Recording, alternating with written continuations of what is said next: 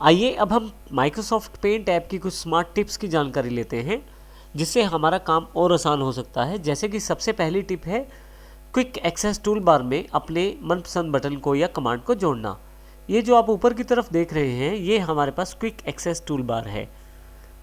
इस सेपरेटर से पहले मैं यहाँ पे अपना मनपसंद बटन या अपनी मनपसंद कमांड जोड़ सकता हूँ जो मैं सबसे ज़्यादा यूज़ करता हूँ।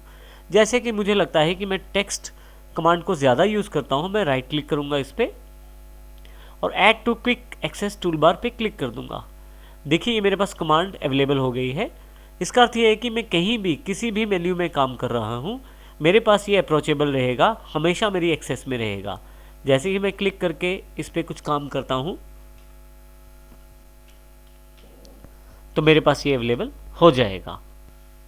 आप यदि क्विक एक्सेस टूल बार से हटाना भी चाहते हैं किसी कमांड या किसी टूल को तो उसके लिए आप उस टूल पर या उस कमांड पर राइट क्लिक करें और remove from quick access toolbar कर दें। जैसे आप ये करेंगे वो कमांड वहाँ से हट जाएगी। यदि आपके पास पूरा का पूरा इमेज ड्राइंग का जो पूरा का पूरा स्पेस है वो किसी इमेज से भरा हुआ है और आप उसे साफ़ करना चाहते हैं, जैसे कि यहाँ पे मेरे पास इमेज है जो पूरी पिक्चर पे अवेलेबल है। देखिए मैं इसको जूम आउट करके देखता हूँ, ये देखिए, और मैं इस पूरी इमेज को साफ़ करना चाहता हूँ तो उसके लिए बड़ा आसान शॉर्टकट है Ctrl+A। आप जैसे ही Ctrl+A का प्रयोग करेंगे आपके पास देखिए पूरी की पूरी इमेज वाले स्पेस को, पूरे के पूरे ड्राइंग स्पेस को एक डॉटेड बॉर्डर के साथ कवर कर दिया गया है। यहाँ ध्यान से देखें आप। और अब मैं यदि डिलीट बटन का प्रयोग करूँ तो सारा का सारा जो इमेज है वो साफ़ हो गया है। इस प्रकार से Ctrl+A के साथ और डिलीट के साथ आप फटाफट से सारे के सारे इमेज को डिलीट कर सकते हैं। यदि आप ब्रश के साथ डिज़ाइन करना चाहते हैं और आपको लगता है कि कर्सर का साइज़ या ब्रश का साइज़ छोटा है तो उसको आप कंट्रोल के साथ प्लस की का प्रयोग करते हुए बड़ा कर सकते हैं। जैसे कि यहाँ पे मैं कुछ ड्रॉ करना चाहता हूँ तो देखिए ब्रश का साइज़ छोटा होने के कारण कुछ इस प्रकार की डिज़ाइन आया है, परंतु यदि मैं कंट्रोल के साथ प्लस दबाऊँ तो मैं इस साइज़ को बड़ा कर सकता हूँ।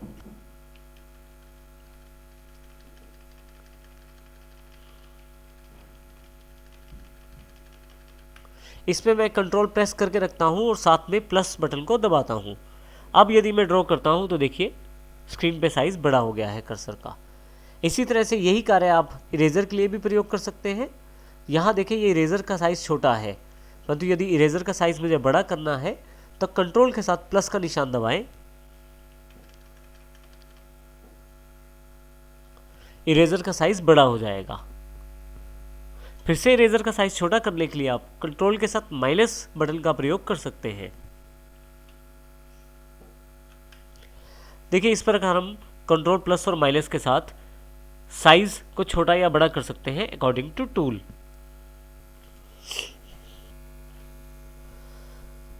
कोई भी इमेज ड्रॉ करने पर आप उसका एक कस्टम पैटर्न भी बना सकते हैं। जैसे मैंने यहाँ पे एक स्टार ले लिया है और अब मैं इसको सेलेक्ट टूल से सेलेक्ट कर लेता हूँ।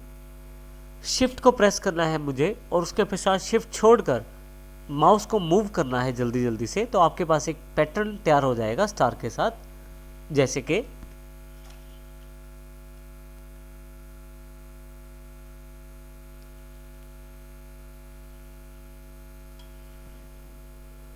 तो इस प्रकार से आप एक रैंडम पैटर्न जनरेट कर सकते हैं अपनी किसी इमेज के आधार पे।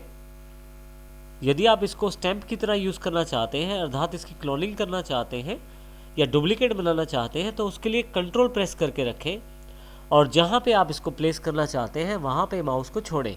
आपके पास ये कॉपीज़ बनानी शुरू कर देगा। जैसे कि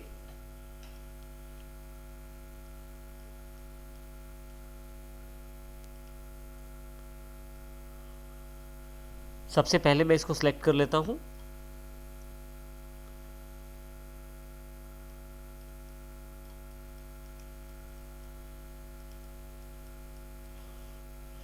कंट्रोल प्रेस करके रखना है और माउस को इमेज के ऊपर से हटाकर दूसरी जगह लेके जाना है। जहाँ लेके जाना है वहाँ माउस का लेफ्ट क्लिक छोड़ दीजिए, अपने आप उसको एक क्लोनिंग या डुप्लीकेट तैयार हो जाएगा। कंट्रोल के साथ कॉपी या क्लोनिंग करने वाले एग्जाम्पल को हम यहाँ दोबारा समझते हैं इस फोटोग्राफ के द्वारा।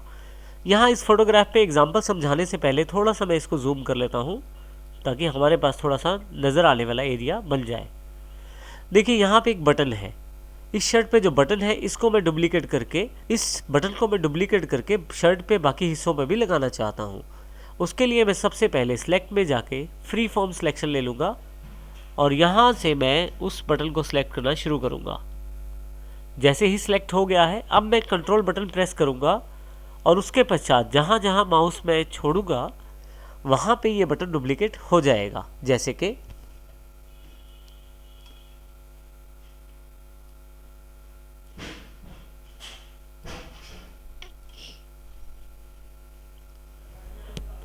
तो इस प्रकार मैं इस कंट्रोल बटन का प्रयोग करके अपनी जो इमेज मैंने सेलेक्ट की थी उसको क्लोन कर सकता हूँ, डुप्लीकेट बना सकता हूँ। अब यदि आप छोटा करके देखें इस इमेज को, तो यहाँ पे इतने ध्यान से देखने में पता नहीं लगेगा कि आपने उस बटन को क्लोन किया है। तो इस प्रकार आप माइक्रोसॉफ्ट के पेंट ऐप को बेसिक्स एडिटिंग के लिए भी प्रयोग कर सकते हैं। मेरे पास एक इमेज दी गई है जिसका साइज़ 46.2 KB है, यहाँ देखें आप। लेकिन कई बार जॉब भरते समय, चाहे वो गवर्नमेंट जॉब हो या प्राइवेट जॉब हो, ऑनलाइन फॉर्म भरते समय उनकी कुछ रिक्वायरमेंट रहती है कि फ़ोटो का साइज़ कितना होना चाहिए। आप ये रिसाइज़ के द्वारा सेट कर सकते हैं। जैसे यहाँ मैं रिसाइज़ पिक्सल के द्वारा सेट करना चाहता हूँ। मेरे फॉर्म के लिए जो बोला गया है वो पिक्चर का साइज़ 200 बाय 300 होना चाहिए। तो यहाँ पे मैं 200 कर देता हूँ और नीचे 259 अपने आप आ जाएगा, क्योंकि मेंटेन एस्पेक्ट रेशो पे क्लिक किया हुआ है। इसके अतिरिक्त मेरी जो फ़ोटो का साइज़ है वो 40 KB से कम होना चाहिए। अभी मेरी फ़ोटो का साइज़ 46.2 है। मैं इसे ओके कर देता हूँ और फाइल को सेव कर देता हूँ। यदि आप ध्यान दें तो नीचे साइज़ जो है 38.1 KB हो गया है और मेरा जो फ़ोटो है उसका साइज़ भी छोटा हो गया है जो रिक्वायर्ड साइज़ था। इस प्रकार से आप अपने फॉर्म के अनुसार अपने फ़ोटो का साइज़ छोटा कर सकते हैं।